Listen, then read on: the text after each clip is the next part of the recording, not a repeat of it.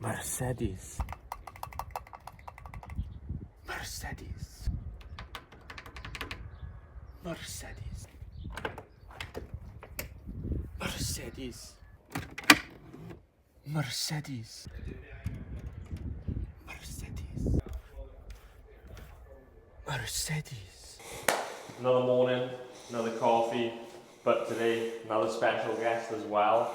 I'm like fucking Jimmy Fallon at this point, bringing on guests, bringing on seven-figure entrepreneurs. It's fucking ridiculous. I'm just, the amount of value I give to you guys is ridiculous. This is Jordan. He works with Stephen, if you watched yesterday's episode. Seven-figure agency, doing big things in the space. Is there, first thing I want to ask, is there anything, like what's it actually like in our environment with like a seven-figure agency doing 6 figures a month? That's a good question. So, yeah, like seven-figure agency. Well, I've been with Stephen since we started it, and obviously we weren't doing those kind of numbers at that point. So take it from there and working the way up to where we are just now, totally different. Right. So now it's a lot of being able to handle all the obstacles that all the social media throw at you is the biggest thing that I find. Trying to find what's going to work and what's going to continue to work, what's going to stand the test of time, and then what's going to eventually take that and actually influence like the actual web profile itself. So I think the biggest thing with that is, especially social media, I think the hardest part almost is that it is a very like trendy type platform, so shit's changing, but you kind of want to find like an evergreen method, if you will, which the evergreen answer to social media really is just get really fucking good at creating content. That's it. But there's obviously then tons of little nuances that can even make that content even better. Talking about sounds and all these things. But the easiest way is just to become really good at content, because then it doesn't matter about sounds, it doesn't matter about hashtags. 100%. You create good content, you just go viral. But that being said, not exactly the easiest. Takes a lot of time, takes a lot of big learning curve, especially if you've never done it yourself. Oh yeah, 100%. That's the hardest part, because it's like you can learn everything like theory based around content. Definitely. And that's great, but unless you like build the muscle almost, you only start to realize little things when you like, let's just say I've created a piece of content and then I actually like analyze my own piece of content. Why didn't that work? Like, why did retention drop there? Like, what's going on there? That's when you really start to like understand, I think. 100%. So it's a bit of a it's like how to measure how something did well and how it didn't. Yeah, exactly. Yeah, that's something that at the very start of our kind of journey, like that we didn't do that well. Yeah. But then once we started to really measure the high highs and the low lows and find the middle ground, and then we can build off that instead, was like that's when it really started to take off, to be honest. What would you say is like what's like the main sort of stuff that you do with Stephen? Like what? Okay. So like, I'm there to make the creative's life and also the agency's life as easy as possible, to streamline the amount of touch points between the two, to find the thing that they need, so that they don't have the big back and forth to find out what that missing piece is. So I create the links between how everyone communicates, so that we can, when we're communicating effectively, right? So in regards to like social media, we take all the information from social media and we see what the high highs are and we see what the low lows are, and we can then build certain ways of tracking what they're doing. So when you say about trends, every creator is going to have a different niche that they fit within. And the quicker we find that and start getting them in the right place in the algorithm, the quicker you start making more money, right? To be honest. So, thank you. My job there is to spot the trends within all the niches, as close to what we want to do as possible, and then to have that creative outlook and go, shoot it like this because this is what we can see in the trends. Yep. Use this style of sound because this is what we can see in the trends. Yep. That's where I come in. Yep. And I can relay that information as effectively as possible to the creators. So my background before this is like, Stephen's a statistician. He can look at all the numbers that I can produce and he can take from it exactly what we need. Yeah. Whether it is, I'm a people person, like I'm a people manager. This is what I've done before this throughout sales. So I can take that like complex piece of information and translate it in a nice, easy format for people to understand and do. Yeah. So you can see for like the Batman and Robin. Yeah. I actually say that in like I say that to people, like you actually need to go out and find like your Robin. Yeah. Because like you can only do so much on your own. It's like the conversation we was having yesterday with them. 100%. Like you guys were all like, you know, you said you wouldn't be you without Steve, Steve wouldn't be you, and Steve Definitely not. wouldn't be you without you. And it's super crucial because like I think getting that team as early as possible like is really big. Like giving away pieces of the pie early as possible is like the key to growth. Because a lot of people I think will just get stuck because they'll want to make all the money for themselves. Yep. And like that's how you get stuck at 10, 20k a month. It's very difficult to that's see it. past that. We've got a really solid team around us. Like I think it's the same with you guys as well. We all know exactly what our responsibilities are and how we can utilise them to the best of our abilities. So we can just keep on pushing forward. You're all happy in your roles. Like, And well, you've heard Stephen, you've heard me. Unfortunately, both of us are very straight to the point, which is a good thing and a bad thing, but it helps us immediately spot a problem and it's immediately like look to find how can we fix it. It's not how can we mask it and continue on with that problem still being there. It's like how do we just nip it in the bud now? So what do you think? This is I think a question that everyone will like. But what do you think is like the biggest misconception in the OnlyFans agency space that agency owners have? All the agency owners have? Like the biggest misconception. It's a difficult question. Oh yeah. So like I think the biggest misconception is when they think about like creating content. Like creating content I find is probably the most difficult thing that I think that we found. I think it's what a lot of people find as well. Their vision of creating content and our vision of creating content might be totally different now. So content creation isn't based on what you want to do, it's what the viewer wants to see. It's value for them. And that's a big shift that we had to make. Because we were like, oh, we can see hundreds of people doing this trend. Let's get our models doing that trend. And everything will be fine. And nothing happens. And we're like, well, how did it not work? We had all the numbers, right? And it wasn't until we were like, oh, but if we make it look like this, if we create that peak of interest at the start, if we look at the length of the video, because shorter videos tend to perform better because the view time on it's better. That's when you can create like really good pieces of content.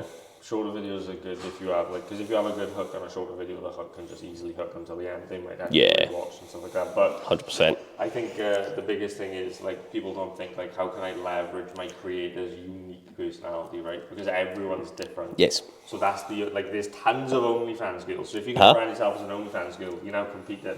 But if you brand yourself as Melissa, you're not competing anymore. It's like Anna Paul, right? She's in her own promotion. Like she literally taps into that personality. She has different content buckets she creates. Obviously, the best one being the day in the life talk over voiceover. That's literally like the perfect example of like leveraging your own unique creator and creating highly specific content around their personality. And people, I don't think people just. I think it's firstly they don't have the insight to understand that. And secondly, they're lazy and they just want the easy way anyway. So they choose not to see that they have to do that because creating content and learning about content is fucking difficult. As stupid as it sounds. Oh no, like I never 100%. realized how difficult of a job content creators got. Like when I see like Logan Paul back in the day, I'm like, oh, he's very easy. Exactly. He's just talking to the camera. It's super intelligent. Like the way he did things and it's crazy, but I don't think people realize that. It's like if you're still sending trend reports, guys, in 2024, like you really are thumbs in the bag. Yeah. To an extent, like it's. I know. It's like even like a small thing, like instead of using a trending sound, if you've got a creator that's got a really good personality and someone who can handle the camera really well, like even them just using their own voice, so their own unique sound, like that's a lot better for the algorithm because it doesn't effectively know where to put it. Where it sits. So it gets pushed out to a wider audience, and if it's been done well, it is going to go viral a lot easier. Like little things like that. But we even see that when we take on creators that have been with another agency, and that personality that they have on socials isn't there on their OF page as well. So that whole thing, that whole personality tying together, because if we think about it, right, why would someone go to an OF page rather than Pornhub? Exactly. It's just for that creator. You can't compare them to anyone else. And that's why a lot of the biggest stars have their own unique thing that they do in their own 100%. personality. Yeah. It's a big thing. Would you say there's any platforms right now that you're mainly focusing on, like moving into the Q1 of 2024? Like, is there any big shifts you see, any big changes in the platforms or anything that you're going to be focusing heavily on in terms of traffic generation? Are you going in on organic content on Reels, for example, or are you maybe switching to paid ads? Like, is there anything that you're doing or seeing that? We're testing a bunch of different options, but one thing that we've seen at the end of Q4 especially was the transition from TikTok being the best like viral space to now Instagram being a real potential to take the top spot.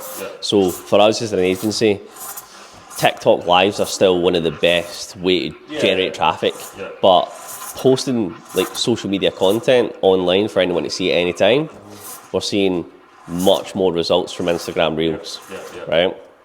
But Instagram works slightly differently to TikTok in a way that if a TikTok video goes viral, it's that one video that goes viral, and the hope that someone's going to view your profile and then look at that, look at all your other content. But if an Instagram reel goes viral, all the reels that's posted round about it start to pick up traffic as well, because if people like your content and watch it, it then pushes out all the other videos as well. So that's when you really start to see a lot more non-followers start to see your content. And I think the biggest thing with Reels that we have found that we're looking into the most is shades. Like shares seems to be massive on Reels. Like if you can get a ton of people to share it, obviously retention's arguably still one of the most important. But if you've got people sharing it to their story, you have to think how to do that as well. Because obviously the thing with OnlyFans based content is people are not necessarily going to share it to their story. And I'm not saying you have to have shareable content, because we've had plenty of content that does well without being shared. But if you can figure out like smart ways that it's not potentially like so in your face OF, which is why I said like leveraging that personality, maybe it's something funny, you're going to get more shares, or the caption, like think of creative ways to do that. And I think that's going to be a big thing moving forward. And I think TikTok is seeing this massive change, like you guys seen in one of the calls I did the other day with Christopher. I don't know if I posted that part in TikTok actually, but like TikTok's had that massive change where they're having a monetization problem, right? And they also had that problem back in summer 2023 with the congressional hearing, and they kind of fucked themselves from that point. Try to fix it. And I think there was definitely some like backdoor deal that they made everything a lot more PG and a lot more safe. And I think there's like kind of like a credit score on there now where if you had a couple account violations, you're getting suppressed. Like 100%. And they've kind of like then not only that, but then combined now with they think that they're not making enough money as such a big platform, so they tried TikTok Shop. Every fucking on your For You page, 80% of it was TikTok Shop. The other 20% was fucking ads. I know. So it's like they destroyed that and fucked that up, and also the TikTok Shop. A lot of people were really unhappy with their orders, so that fucked a ton of stuff up. So then they removed TikTok Shop. but then they started doing, now they're trying to introduce longer form, Yep. 30-minute videos. Which, Try to compete with YouTube. Yeah, they can't compete with YouTube, because if I want to go and watch anything long, I'll always go to YouTube. Exactly. They're never going to change that. That's because obviously they're trying to get advertisers, because the advertiser experience is shitty, because everyone swipes. But like one made TikTok famous, which is like this raw 7-second little bursts of like dopamine. You could see an 80-year-old in his garage doing something funny, and then you could swipe and see like, you know, a couple doing something funny. That's gone. And then also not only that, the suppression, the algorithms definitely had that changes in 2023. So like TikTok moving forward have like almost like potentially nuked their own platform, which is interesting. But it could come back. They might realize, oh fuck, we fucked this. And they might be able to save it. But like it has that perception as being the platform that you can go to blow up on. So now when people go and blow up on it and they get 700 views a video for the first 2 weeks, they just quit. They're like, oh, what the fuck? Like TikTok we find now is like, it really takes us, we say 90 days to find that exact place where you fit. And as soon as we find that place where you fit exactly to a point, like, I'm not talking like a specific niche, but almost like a niche within that niche, like where all your audience really want to see you. On Instagram, you can find it a little bit quicker, but we maximise the amount of stuff that we can get from the models. So we can have the same or similar content on both platforms and measure them both and actually see the difference between what TikTok algorithm's doing and what Instagram's doing as well. Because sometimes what's in one doesn't work in another, and it's because TikTok's heavily suppressed in what you can and you can't do now. So it's been quite reactive to that. That's like the little bits that we didn't start to pick up until like, I would say 6 months in. And that's when we can now take a couple of weeks with a creator and take them from like 400 views to now like 15,000 views on average a video. I think that's like the 6-week roadmap that we do is super crucial to that. Like I just have a 6-week content roadmap where you just track and test everything. Like I 100%. Tracking historically to predict the future. And I think that 6 weeks for us is like a good spot. And then I think it's crucial. I think with the platforms in particular, like, would you agree with this point that this is why you need to have like other agencies around you that like you're working with that like, so you can like sort of keep like almost like masterminds, like how fucking Henry Ford used to preach when you used to just mastermind, and like I think it's super crucial because it's even the same way looking at your own agency, right?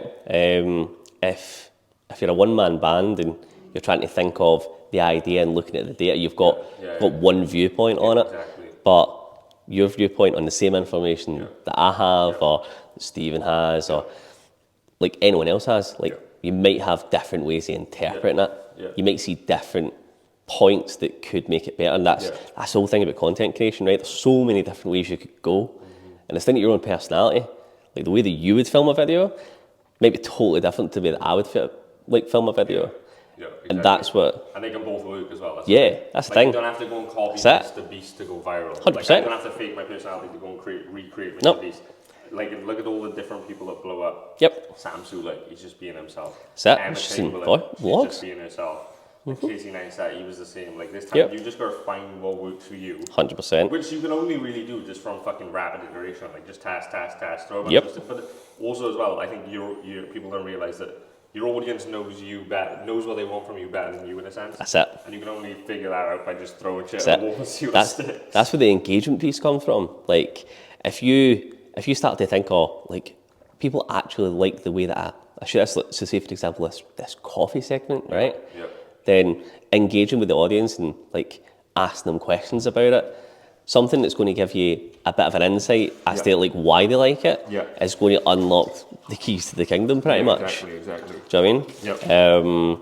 So having the confidence in knowing what you're doing is right, just by looking at the data you can see in front of you, and then getting someone else's almost like take on it as well. Can they see the same thing? So something that they think you should add, test it. How are you going to measure it? And I think it's the little mixture as well of actually doing what you want to do. Because if you're just completely controlled by your audience, you're not going to stick at it long term. Yep. Like I could go and create like the Mr. Beast type videos, and I understand how to do it. Not like at Mr. Beast level where I'm spending millions, but that type of format, like you know, like Ryan Trahan, A-Rag challenge type videos. Yep. But like it wouldn't be me, and I'd probably burn out after like 3 months, and I just wouldn't That's continue. So you need to find like also what works for you as well. Which that's it. It's the same way that we work with creators. It's the same way that we do it ourselves as well. As you know yourself, like if you want to put your all into the business, if you want to put it all on the line, I left my 9 to 5, quite a comfortable, decent paying job, to come and take the risk. I need to pay my mortgage at the end of the day. Exactly. I need to see the money coming in. So there's only one way to go at it, and it's head first. So if you don't like what you're doing, you're not going to put the same level of effort in. And did you see a big difference, like once you quit your job? Because obviously, like Steven says, like he wished the only thing he wished he'd done differently, he's quit his job early because he could have done it in half the time. So did you find the same thing? Exactly. So it really does work like that. I'm not like convincing you to just go quit your job and all. But if you like could do it, and you know what I'm saying is, and you think about it, it probably is going to work out because it's at that point where like you're putting your back against the wall and now you've got no option to succeed. So you're going to work because otherwise you're in the bin. So it's like exterior pressure that it's either going to make or break you. Which I think you need anyway. If it does break you, it's going to be a good learning lesson. You can go back and get your job. That's it. Like, it's going to push you that stage further. Like, I'm one of these people that really thrives on, I would say, being back up against the wall, right? We need to make this work. So how do we solve that problem? How do we get past this hurdle? And then as soon as we're past that, there's always another hurdle that we need to get across. So it's been able to have that, like, almost that mental fortitude to go, let's just go, keep going. And that you really start to see the results. See, when you can put it all into one place rather than splitting it 9 to 5 and then doing this on the side, that's when you really start to go. You've got to be able to like weather those ups and downs, and you've got to also enjoy the good times of business because there is like genuinely good seasons and bad seasons in a sense where like you have the highs of the highs and then all of a sudden you have the lows of the low. And it's inevitable, like it just does happen.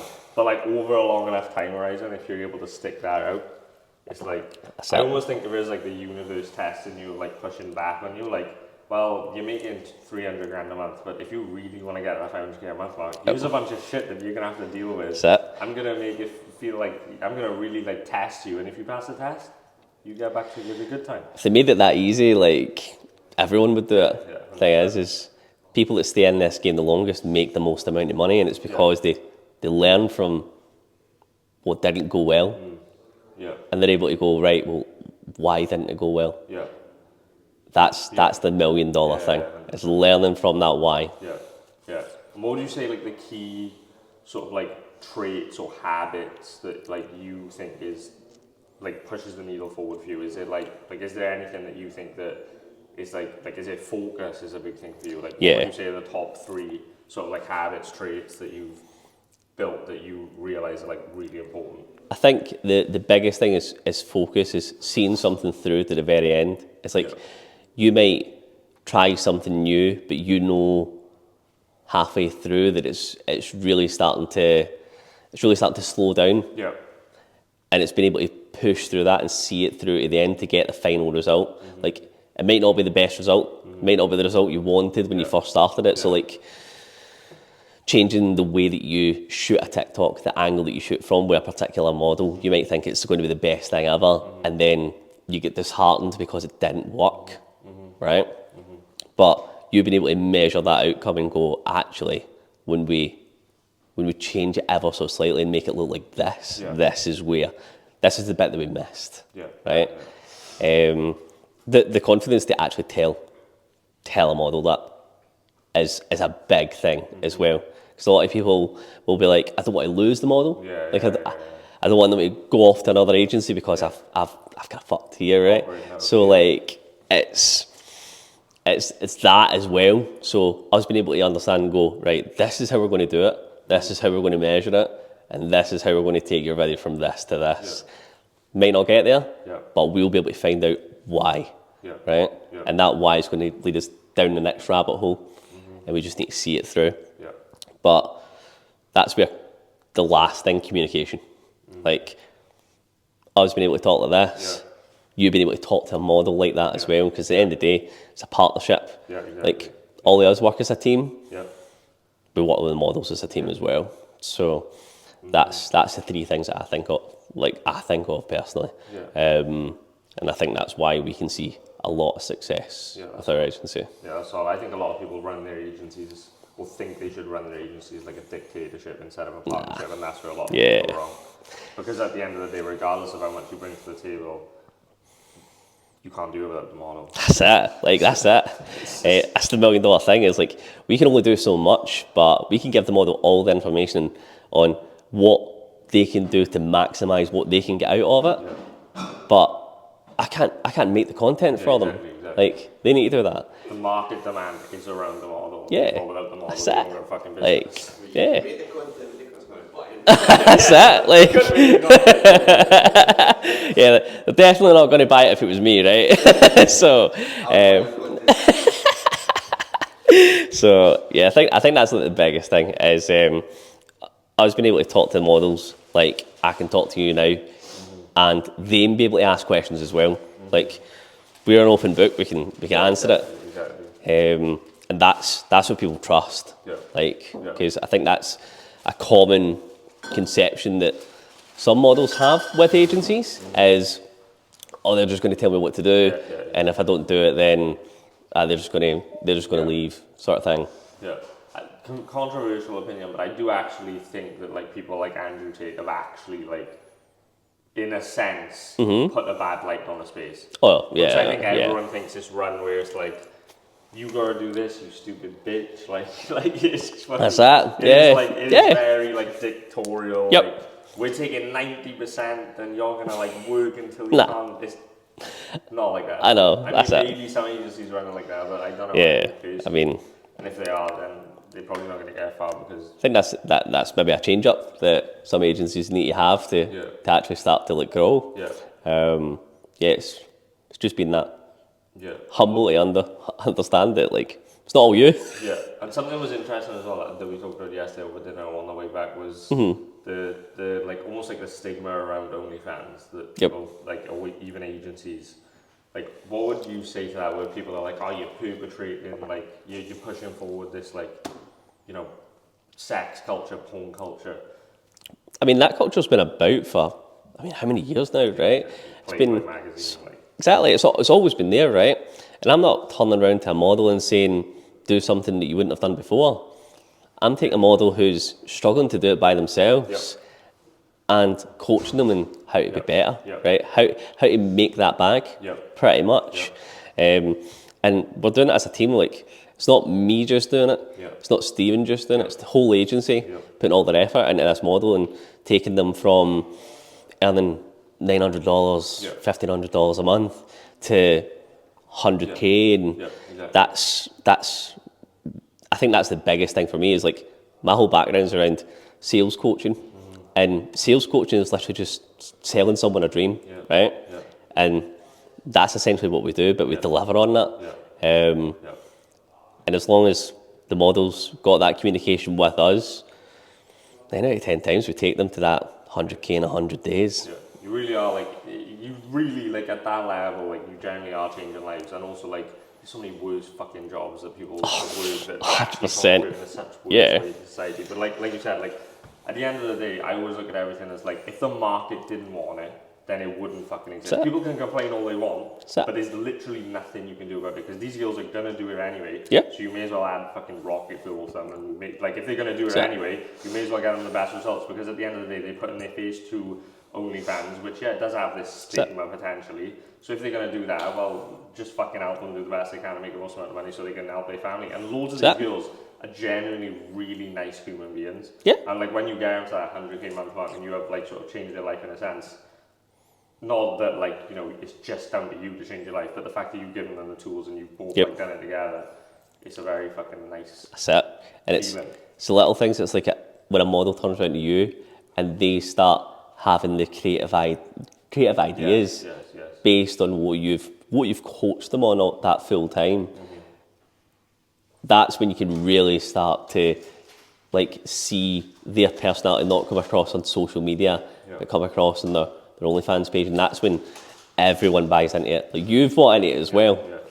Like all you've done is shone a light on their personality to take someone from seeing them on social media to being a subscriber. And I think that's all we've done. All we've done is coached an individual, which is the same thing you would do in basketball, for example, right? But because it's related to OnlyFans, people have got this negative perspective on it, but that's not the way we look at it. Yeah, that's the thing. It's already gone too far, that space, to where like people have been watching porn Playboy for years. It's just like it is kind of human nature. Like that is what it is, and so the market demands it. There's literally nothing you can do about it. Go and cry about it while we make all the money. It's completely up to you. But there's nothing you can do about it.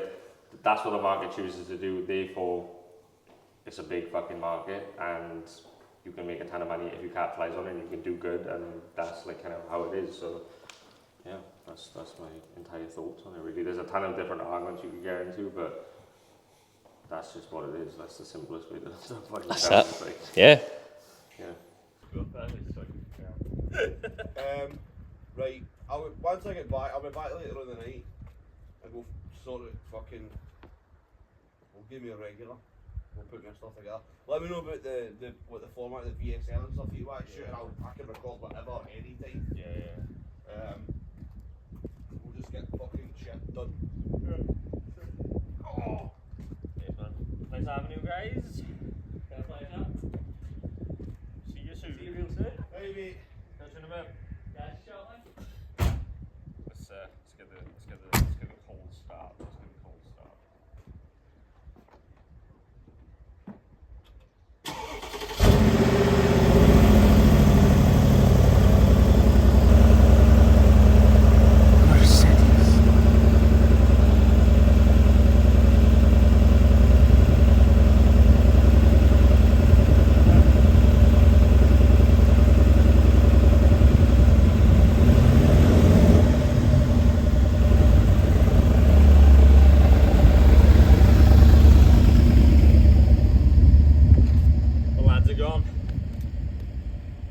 Day, another dollar.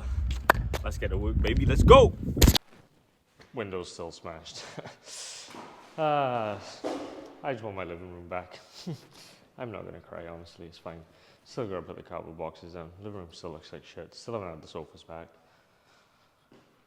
Desks are still there. Like the plan is to split the living room in half because it's so big, right? So workspace up there, living area down here, but I really don't give a fuck about furniture. Like no joke, my original plan when moving in was to literally just go ultra minimalist and like almost do like what Alex Becker did, just to see what it's like in terms of clarity and work, and literally just have a desk and a bed, because then I have no option but to work and sleep.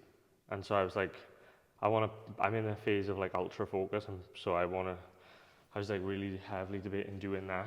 But when I got here, I was like, content, it'd look sick if I had stuff. It'd also be like a man cave if I had people over, so that's like the plan. But I'm just gonna do it slowly, bit by bit. Like, I really don't care, and I really don't want it to like, I don't want to spend the next like month like designing shit, or like, you know, getting designers to design shit and then having people move it in and build. I just can't be asked for the headache, so I just need to work, so that's all I really care about. So the minimalist setup will do for now. I just want my window fixed so we can put our desk back where they should be. And then thinking of turning this room like into a podcast studio. So like we'd have the cars in the background, because it's like a small room and we could easily like soundproof it. Obviously up there we got the big music room, but I think like this would be a sick little podcast room, because like let's just say we had guests on, or like let's just say Steven, G-Wagon, cars, so it's like a sick back shot in my opinion, and we can get like good lights out there, so even if we do night podcasts you still see the cars in the shining light, which is sick. So that's one part. Need to go and make another coffee, because literally went to bed late last night. We obviously went out, had a nice meal, and like got back late-ish, and then like just brainstormed and like chatted about business shit all night. I should have recorded it, but like we was already too deep into the conversation, and I was just like, fuck, I should have recorded this. It's like sick raw, like uncut footage of War's like just having like these business conversations, and it was so good, and I just completely fucking fumbled the bag. So like now I know though, I'm learning, because that's obviously gonna happen again. I have good business conversations like late at night with other business guys, and so I was like, next time I know, I'm just gonna keep the camera rolling. But like literally, we was at the end of the conversation. I could tell like everyone was like ready to go up to bed, because people mentioned it a couple times. I was like, it's gonna be too late to start filming now. It's not gonna make sense. It's just gonna be shit. So yeah, that is what it is. Crossover, between the legs dribble, defended by White, off glass for two. Brown, defended by Anderson, mid-range pull-up is good. Brown got a three. Bucket and the foul. Earns a trip to the free throw line. Dave shooting 91%. As I was saying, I barely had any sleep, so I need to make a second coffee for the day. I just need to push through today, stack up some small wins, just get into the flow of things. I got a couple of really important things I need to do and get out of the way, but I could literally just close my eyes and go to sleep right now, because I've had like 5 hours sleep, and I just don't operate well off 5 hours sleep. So that's what I'm gonna do, is make another coffee, try and power through, get as much done as I can. And then tomorrow, I'm thinking, get a good 9 hours sleep tonight. And then tomorrow, I can really, what's the word? Hit like a 14-hour work day. You know what I mean? You know what I mean? Southpaw. Ooh, ooh. That's.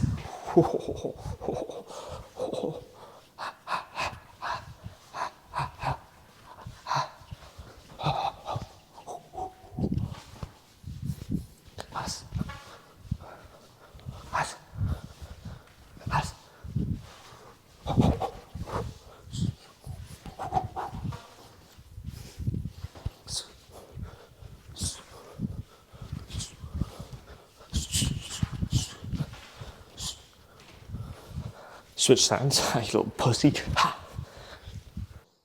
You little bitch.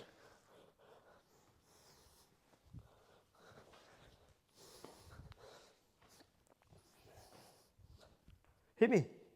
Hit me. Hit me. Hit me. Hit me. Hit me. Hit me.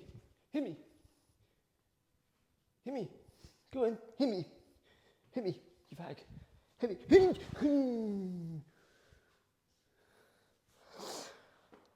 I've got issues on. I don't have no sleep, honestly. Let's just make a fucking coffee.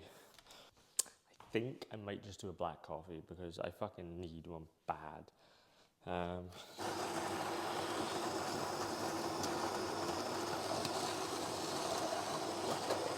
Almost running out of coffee. This is, oh no, actually I've got another bag. It's good, it's good, it's good, we're good. We still got that Rave Coffee. At this point, everyone's actually going to think I'm sponsored by Rave Coffee. I promise I'm not. It's just really good fucking coffee. It's just like, I've tried so much coffee. I'm like a fucking connoisseur, but like Rave Coffee is just the dog's bollocks. And I'm also thinking of getting like an even better elite tier coffee machine. But this is like the good old trusty, you know, like you know how to use it, like it's been on the come up with you, like do you know what I mean? Like it's just the Don, like it's been in 2 different houses, like 3 different houses. It's just kind of like the good old trusty, you know. Put a bit too much fucking coffee in you though, I'll tell you that much. So that's not gonna work if you have that much coffee. That's better. So yeah, I kind of don't want to, but I kind of want to see what like the elite tier coffee machines are like, because this is like a £300 machine. I think I paid for it. Which, don't get me wrong, it's like, I guess it's expensive for like a home coffee machine. I actually don't know. It's not really, I wouldn't say it's expensive, but like for what it is, it's cheap as fuck for what it is, in my opinion. I think it's like an insane purchase. Like if you've got like a £300 budget, this is, in my opinion, like one of the best coffee machines you can have.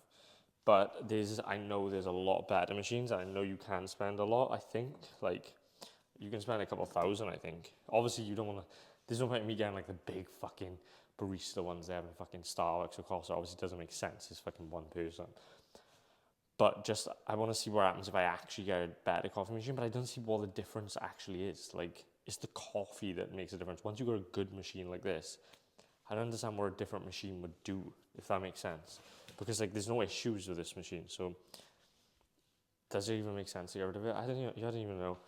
Maybe I just like buying new shit.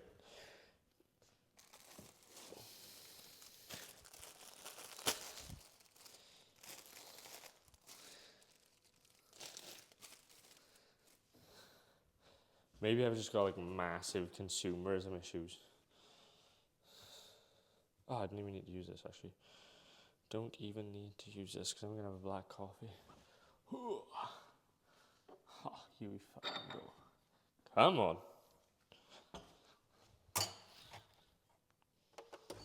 Come on.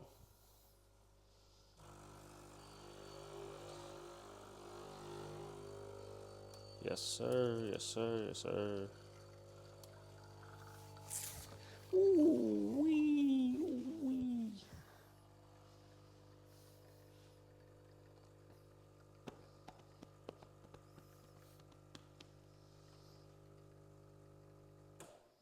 I need to get more tattoos as well. I've only got these 3. These are my first 3 tattoos. I just had them all done at once. I really want to fill this sleeve up with more like tattoos that actually mean shit. Like have some resonance to me and like represent shit. Like a lot of these are like very like stoic tattoos, like introspection, like looking deep within yourself for the answers, and the thinker, like just thinking before you react, and like symbol of just like having the weight of the world on your shoulders and just being able to, that's your duty, like that's what you like, do you know what I mean? Like so I want to get some more tattoos like this, and like just have like this 1 6 sleeve, and I think I want to get like my dog maybe somewhere on this arm. I like the line tattoos the best, like the ones I currently got, so I don't want to switch it up. So if I did switch up anything, I would get a like actual good dog picture. But I'm thinking of just getting like a line tattoo of my dog as well, because that fits better.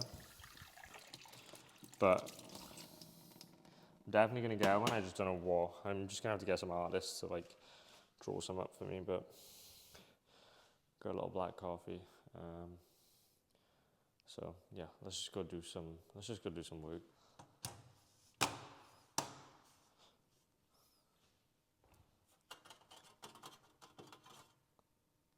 PC. So it's currently 4:45. I've literally just been locked in at my desk for the last 4 or 5 hours. And so this is literally what I'm just going to be doing for the rest of the day.